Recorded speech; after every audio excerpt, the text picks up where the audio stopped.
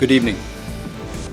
Today, an indictment was unsealed, charging Donald J. Trump with conspiring to defraud the United States. The United States is winning the worldwide competition. Compared to 4 years ago, America is stronger. Our alliances are stronger. Our adversaries and competitors are weaker.